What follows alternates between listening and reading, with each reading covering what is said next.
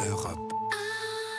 Et Axel de Tarlet pour l'économie. Axel, c'est une victoire pour la France. Paris va donc accueillir l'autorité bancaire européenne qui va quitter Londres suite au Brexit. Voilà, donc c'est d'abord une claque pour la Grande-Bretagne qui paye là très concrètement sa sortie de l'Union européenne. Logiquement, donc elle perd les agences européennes de régulation qui vont devoir déménager sur le continent. Donc en l'occurrence, il s'agit de l'Agence européenne du médicament qui part s'installer à Amsterdam et de l'autorité bancaire européenne qui part s'installer, elle, à Paris. Donc une claque pour Londres, mais une victoire pour Paris et Amsterdam, parce qu'évidemment, de nombreuses villes en Europe étaient candidates pour récupérer ces deux agences. Alors le vainqueur a été sélectionné hier soir au terme d'un vote, exactement comme pour l'Eurovision. Luxembourg, 2 points. Voilà, c'est ça, chaque pays européen a voté pour la ville de son choix.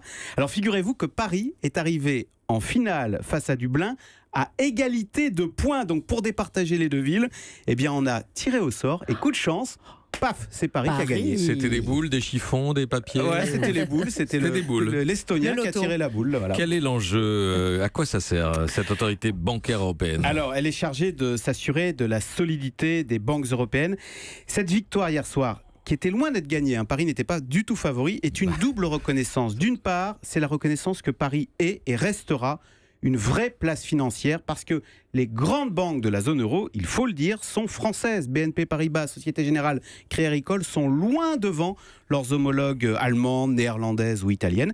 Et puis deux, c'est une victoire politique pour Emmanuel Macron et Benjamin Griveaux, qui étaient en charge du dossier au gouvernement. La France, avec ses réformes, avec son discours pro-européen, a regagné en crédibilité, si bien que hier soir, les autres pays de l'Union européenne ont voté pour nous, ils ont voté pour Paris. Est-ce que cela peut créer un effet d'entraînement en faveur de Paris au moment où les banques installées à Londres doivent rapatrier plusieurs de leurs activités sur le continent ? Alors évidemment, c'est très bon en matière d'influence. Bon, même si Francfort, siège de la Banque Centrale Européenne, reste très attractive. Mais enfin, on pensait franchement que tout partirait à Francfort.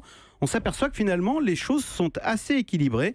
Tant mieux, parce que la finance, les banques sont essentielles au bon fonctionnement d'une économie. Axel de Tarlet. Hélène ? Oui, il n'y a pas que Londres qui a pris une claque hier. Il y a Lille aussi, puisqu'elle était candidate pour accueillir l'Agence européenne de médicaments. Et hier, on a eu droit à un coup de colère de Martine Aubry et de Xavier Bertrand, qui avaient fait une sainte alliance pour défendre la candidature de leur ville.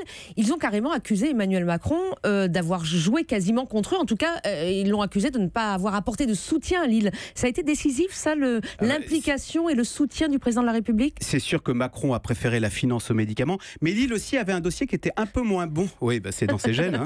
Ça fait sourire. Lille avait également un moins bon dossier. D'abord en interne, ceux qui travaillaient à l'Agence du médicament à Londres ne voulaient pas aller à Lille. Il y avait des sondages en interne.